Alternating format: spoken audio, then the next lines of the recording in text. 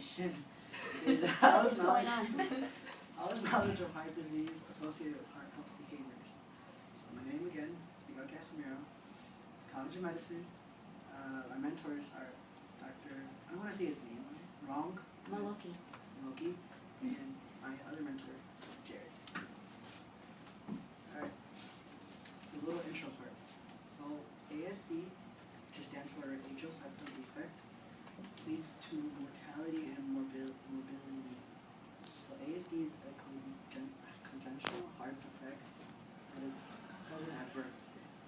So ASD leads to many heart failures, which includes stroke.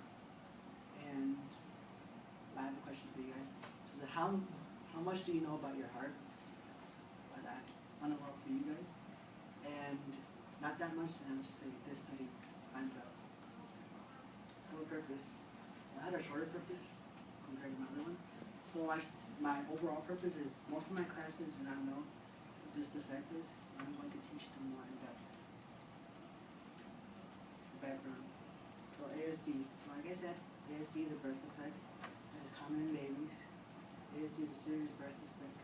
More than 3,000 babies are born with ASD each year in the United States. You have a clip to more in depth ASD.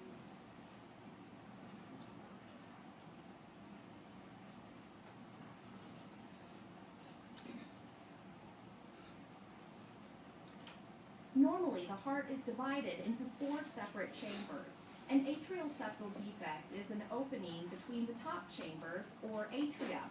This allows shunting of blood to the right side of the heart. Over time, this extra blood flow results in enlargement of the right heart and pulmonary arteries.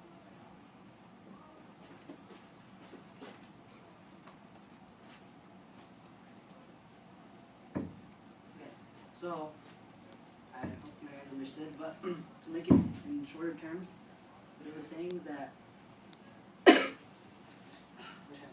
what it was saying was that the blood, I hope you guys can see it, the blood flowing this way to the lungs, this way to the lungs, right here, this is a normal heart, this is the ASD heart.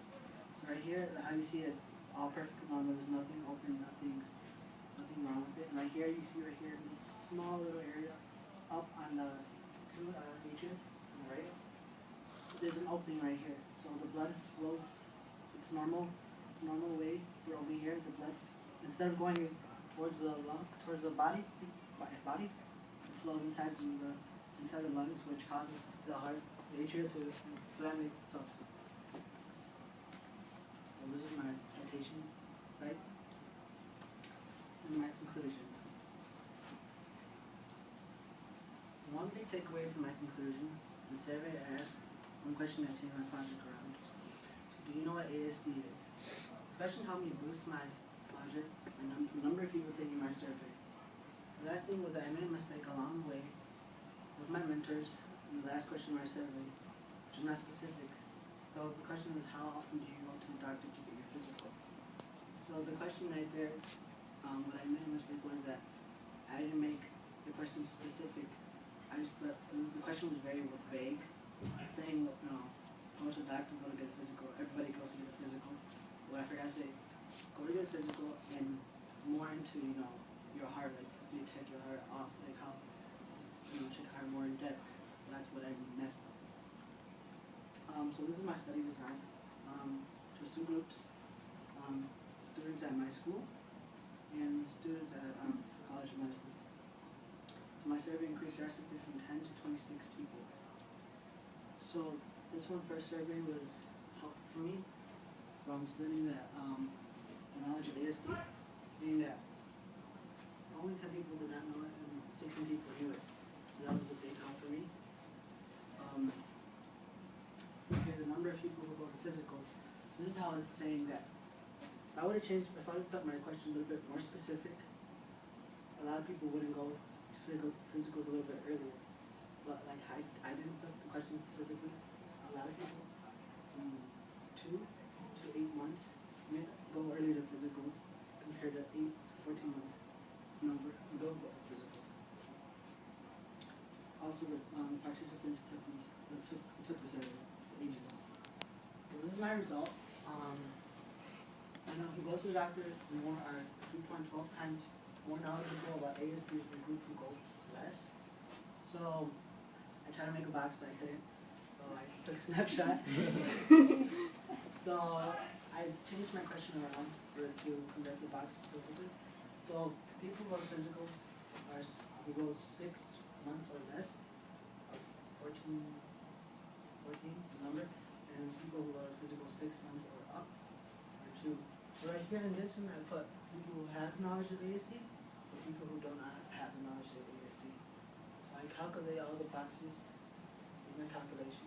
And I know 0.78 people know about ASD and go to physicals early compared to 0.25 people who do not know about ASD and go to physicals later.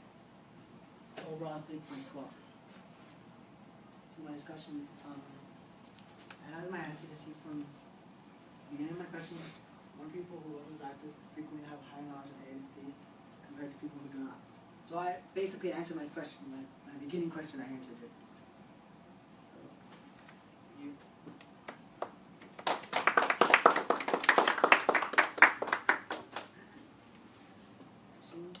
Do we get to ask questions? Yes, we have 2 minutes of questions. Oh, okay. Did you separate out who knew about ASD into medical students and high school students? Yes. Did you find a big difference there? Yes. The big difference was that at my school, people were not that knowledgeable about ASD compared to students at college I guess that's who good. had the potential to know. So why were you interested in the heart, in this particular defect? Well, me personally, I want to pursue a surgical career. So I was thinking, well, something that affects babies in a way.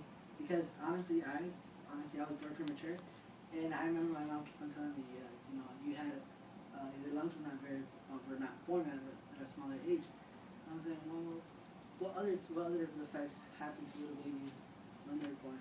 So I figured out, well, this is another big defect that happens in babies commonly compared to my defect where my lungs are not developed. So,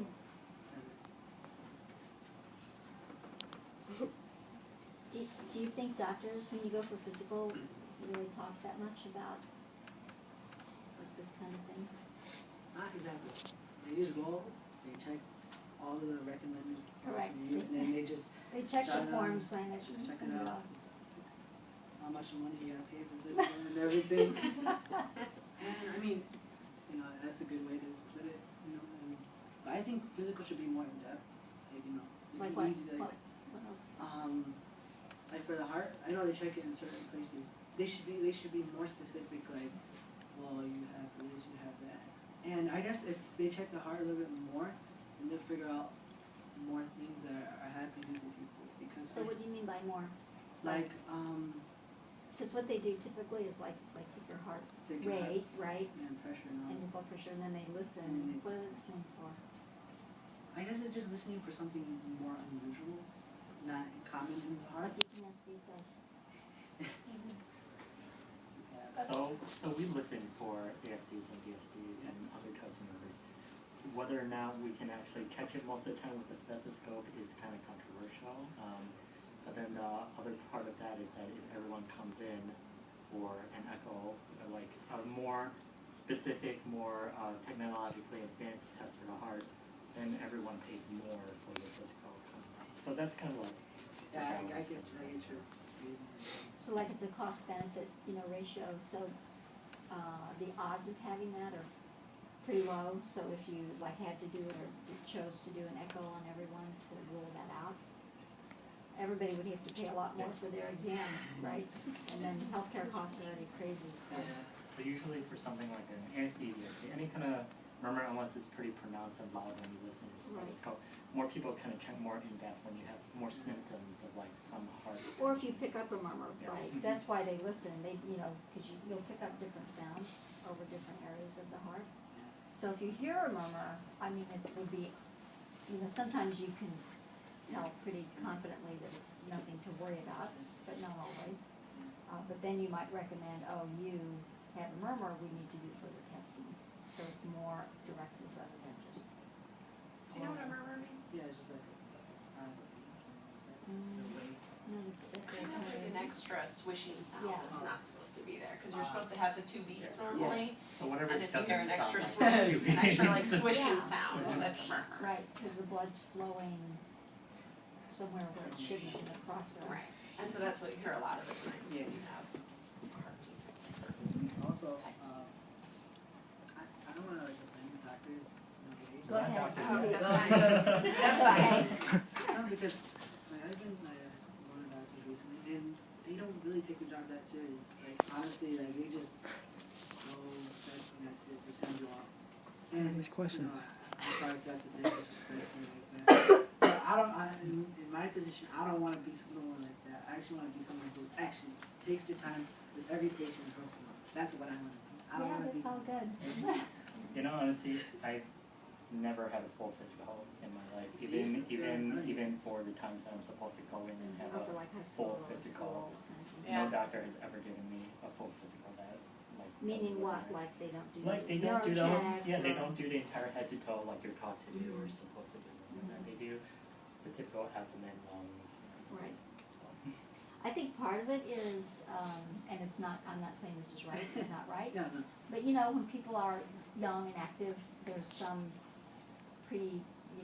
conceived notion that they are healthy. Yeah, no. So you're like, oh, okay, this kid needs this thing for school, I do these all the time, it's like the well baby checks. Yeah. It's like, oh, okay, you do certain things that you do, and it's like, all right. It's so rare that you find anything. So, I certainly understand what you're saying. You'll see, and you guys probably know already.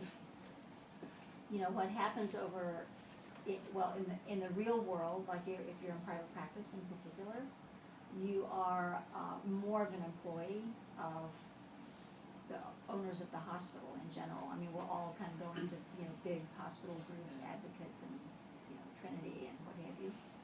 So you're almost like an employee, and I hate to say it this way, and it's extreme, but it'll make the point. It's like, you're like a factory worker in a way. There are certain metrics that you have to reach. So it's not like the days of the country doctor where you could walk in and they ask you about your kids, your parents, your son, your daughter, and you get to know people personally. It's too bad, because that's the fun part of medicine, Yeah. in my opinion.